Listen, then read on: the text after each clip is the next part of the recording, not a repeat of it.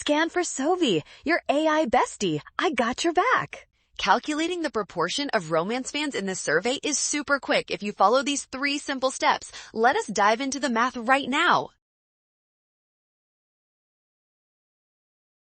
First, look at the bottom right corner of the table. The grand total of all people surveyed is 52. This represents our entire sample size for the calculation, so keep going.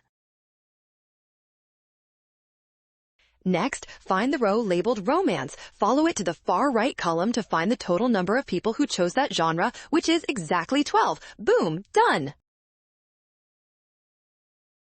Finally, to find the proportion, divide the number of romance fans by the total sample size. This gives us 12 over 52, which matches our target option. You win! Nailed it! Scan the code. You can learn better with Sovi. Avoid skipping subtotals to prevent bad denominators. Always use the total and verify row totals.